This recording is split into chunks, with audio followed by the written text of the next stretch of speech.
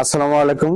দেশের বিভিন্ন জেলা থেকে যে আমার এই প্রতিবেদনটা দেখতেছেন তাদেরকে আন্তরিক শুভেচ্ছা। আজকে আপনাদেরকে দেখাবো পুলেট মুরগি। এই পুলেট মুরগি আপনারা কিনতে এসে যেভাবে আপনারা ঠকে যান। আর একটা বিষয় হলো যে পুলেট মুরগি কিনতে এসে ভ্যাকসিন করা আছে কিনা আছে, এটা একটা বিষয়।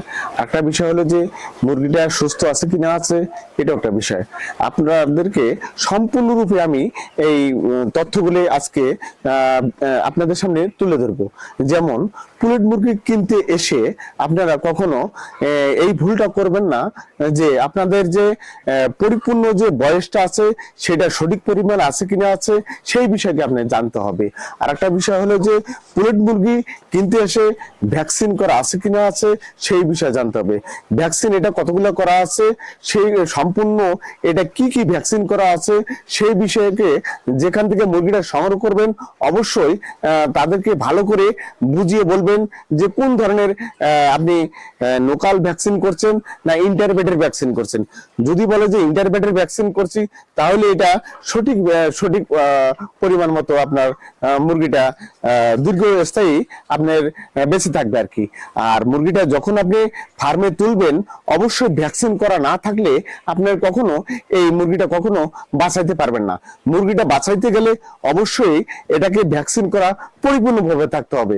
আজকে সাধারণত ভাবে যে পরিমাণকে আমাদের মতো ইউটিউব চ্যানেল করে যারা আমার মতো সাজিয়ে গুজিয়ে কথা বলে, এগুলো কথা শুনে কখনো আপনারা ভুলবেন না। তার কারণ এটা প্রতারণার ফাঁদে অনেক পড়ে গেছে। আর আমি আপনাদেরকে প্র্যাকটিক্যাল অবস্থায় আমার যে খামারটা রয়েছে এই খামার থেকে আপনাদেরকে মুরগি দিলে আপনাদেরকে ল্যাব টেস্ট করে আমি আপনাদেরকে হাতে তুলে দিতে পারবো। ল্যাব টেস্ট বুঝতে অবশ্যই মুরগির গায়ের থেকে ব্লাড সংগ্রহ করে ল্যাবে পরীক্ষা নিরীক্ষা করে অবশ্যই আপনি দিতে পারবেন। তাহলে আপনি বুঝতে পারবেন এখানে টাইটাল লেভেল আছে কি না আছে। টাইটাল লেভেল যদি ফেল করে তাহলে এটা কখনো সম্ভব না এই মুরগিটা সংগ্রহ করা। টাইটাল লেভেল পরিপূর্ণভাবে থাকতে হবে।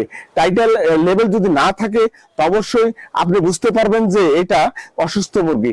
এই মুরগিটা আপনাকে ক্রয় করতে গেলে অবশ্যই আপনি সম্পূর্ণরূপে যাচাই বাছাই করে নিতে হবে।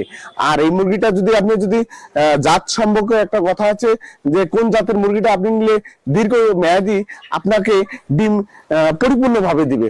অবশ্যই কাজী হাইল্যান্ড ব্র্যান্ডের মুরগিটা এ গ্রেডের বাচ্চা যে তুলে 0 বয়স থেকে শুরু করে 120 দিন পর্যন্ত সম্পূর্ণ ভ্যাকসিন করেছে এই জাতের অবশ্য মুরগিটা আপনাকে সংগ্রহ করতে হবে।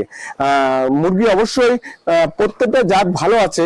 অবশ্যই গুরুত্বপূর্ণ কথা হলো যে ভ্যাকসিন। আমার প্রত্যেকটা ভিডিওর মধ্যে ভ্যাকসিন সম্বন্ধে আমি আলাপ আলোচনা করে থাকি। ভ্যাকসিন সম্বন্ধে আমি আপনাদেরকে নির্দেশনা দিয়ে থাকি। ভ্যাকসিন এমন একটা সেন্সিটিভ জিনিস, ভ্যাকসিন যদি করা না থাকে তাহলে অবশ্যই আপনাকে বুঝতে হবে যে এটা কখনো যত টাকার বিনিময়ে আপনি লালন পালন করেন অথবা ঔষধ খাওয়ান কখনো এটা টিকিয়ে রাখতে পারবেন না। এই কারণে আমি আপনাদেরকে বলছি পুলেট মুরগি কিনতে এসে আপনারা সম্পূর্ণরূপে সব বিষয় আপনি খুঁটিয়ে তুলবেন। তাহলে আপনি এই মুরগিটা অবশ্যই আপনি লাভবান হতে পারবেন। সঠিক সঠিক একটা মুরগি যদি সংগ্রহ করতে পারেন তাতে আপনার খামারের জন্য প্রযোজ্য। আর একটা বিষয় হলো যে মারেক্স বলতে একটা রোগ আছে, অথবা এটা ভাইরাস খুব আক্রান্ত, অথবা বার্ড ফ্লু একটা এটা একটা আক্রান্ত। মারেক্স একটা রোগ। এই মারেক্স রোগটা আপনি কি করে বুঝবেন? আপনি মুরগি কিনতে এসে অবশ্যই আপনার মুরগির গায়ে অথবা বুকের মধ্যে দেখবেন যে হাত দিয়ে কাট হয়ে গেছে। সেই যদি কাট হয়ে যায় অথবা যদি কোনো স্বাস্থ্য না থাকে এই মুরগিটা সংগ্রহ করা যাবে না। অবশ্যই মুরগিটা অবশ্যই পরিপূর্ণভাবে বয়স অনুযায়ী আপনাদেরকে বুঝতে হবে যে এটা অবশ্যই ওজন মাফিক অথবা 100 অথবা 110 অথবা 120 এই ধরনের কথা বলবে। আপনি এটা অবশ্যই বয়সের সাথে অবশ্যই ওজনটা আপনি অবশ্যই মিলিয়ে নেবেন। তাহলে আপনাকে কখনো এটা ঠকাইতে পারবে না। আপনার পরিপূর্ণতা ভাবে যতগুলো ভ্যাকসিন আছে সম্পূর্ণরূপে প্রয়োগ করছে কিনা আছে তার শিডিউলটা আপনি অবশ্যই দেখবেন। আর কোন ভ্যাকসিন করছে সেটা অবশ্য ওই শিডিউল অনুযায়ী রিসিভ দেখবেন।